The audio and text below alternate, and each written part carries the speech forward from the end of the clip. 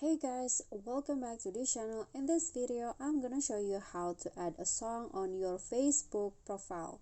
So if you guys want to add a song to your profile on Facebook like this, here I've already added a song to my Facebook profile.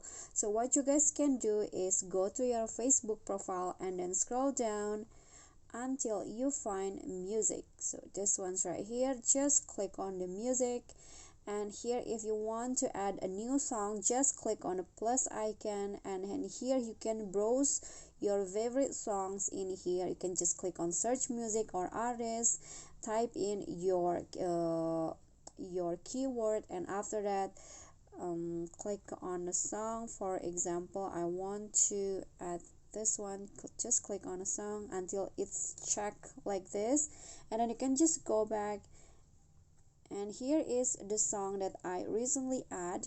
So if you want to add it to your profile, just click on the three dots icon beside the title or the songs, and then click on pin to profile. And then after that, the song will be pinned in your profile, and then you can just go back to check your Facebook profile, and then just you can see now this song has been pinned or added to my profile.